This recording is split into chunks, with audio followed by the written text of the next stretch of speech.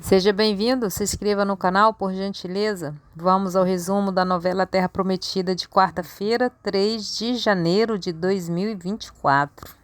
Raabe pergunta como Tibá a encontrou. Ele diz que Liora ajudou um pouquinho e ela entra em desespero, dizendo que ele deve ter seguido.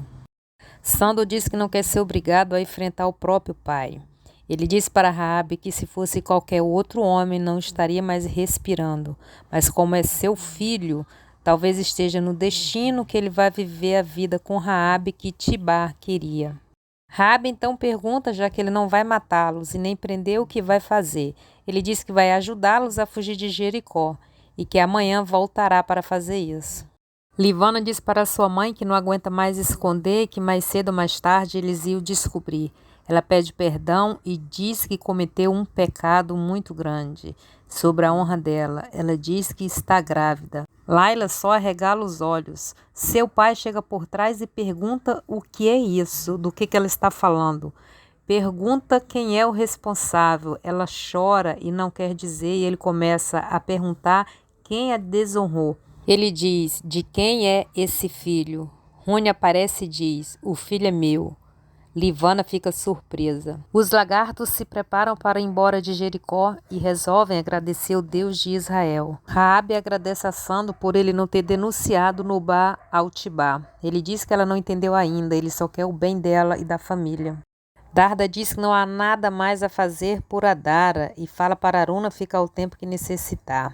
Aruna se despede de Adara e diz que perdoa por todos os erros e mentiras e que nunca vai esquecê-la. Rony pede perdão para Elidade e diz que vai assumir as suas responsabilidades. Elidade manda as duas entrar para falar sós com Rony e Livana sai gritando que ele não precisa fazer isso. Elidade pergunta o que ele tem a dizer para amenizar a tragédia.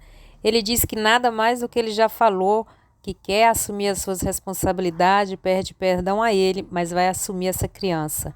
Elidade diz que ele fala com um certo orgulho e ele deveria matá-lo com as próprias mãos. Laila fica preocupada em deixar os dois sozinhos. Ela diz que Elidade está nervoso e pode fazer alguma coisa com Rony e ele terá que se defender. Por ser mais jovem, pode ferir Elidade. Livana chora e diz que é sua culpa. Laila diz que é culpa sim dela, pois ela foi fraca e como ela pôde esquecer tudo que ela e seu pai ensinou. Ela diz como queria voltar atrás e chora e é abraçada por sua mãe. Rony diz que Elidade tem todo o direito de matá-lo, mas pede que ele o escute. Elidade chama ele de canalha e ele se explica e pede perdão para ele e diz que quer casar o mais rápido possível. Elidade se surpreende e pergunta se ele ainda quer casar e ele diz que claro que sim.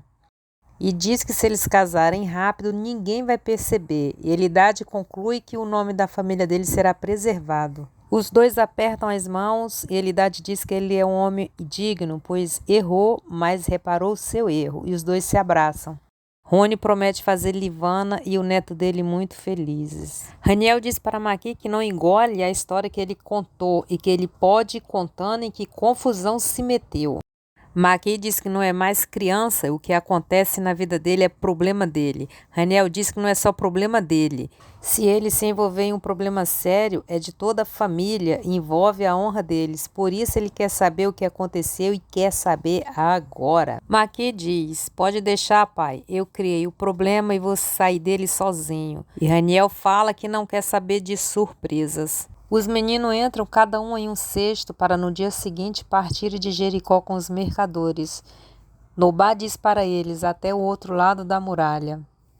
Ele entra no cesto, mas depois sai e anda desoladamente. Se despede dos meninos, pedindo que o Deus dos hebreus cuide deles. Raabe pede para Sandor entender de uma vez por todas que ela não vai embora de Jericó, mesmo que ele ou Tibá queira. Ela diz que vai ficar com a família até o fim. Ele diz que isso é loucura e que ela vai acabar sendo morta e ela diz que vai ser o que tem que ser. Ele fala que isso é o que vão ver amanhã. Ele se retira e ela pede por favor ao Deus dos hebreus. De cima da muralha, Nobá vê seus amigos indo embora nos cestos dos mercadores e diz que nunca vai esquecê-los. Mara diz como é bom fazer uma refeição em família depois que tudo que eles passaram, todo mundo desconfiando deles.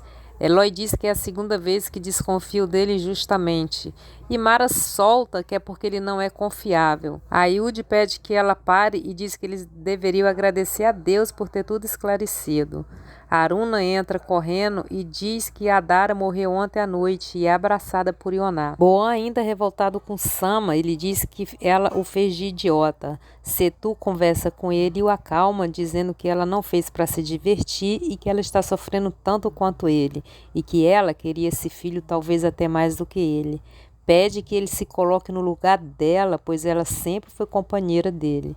Ele abraça Setu. Marek diz que já sente o cheiro dos hebreus por perto, e Calese diz para ele não se preocupar, pois eles não vencerão as muralhas nem os dois juntos. Marek diz que eles são invencíveis. Aruna conversa com Ioná e diz que Adara falou que alguém pagou para ela mentir.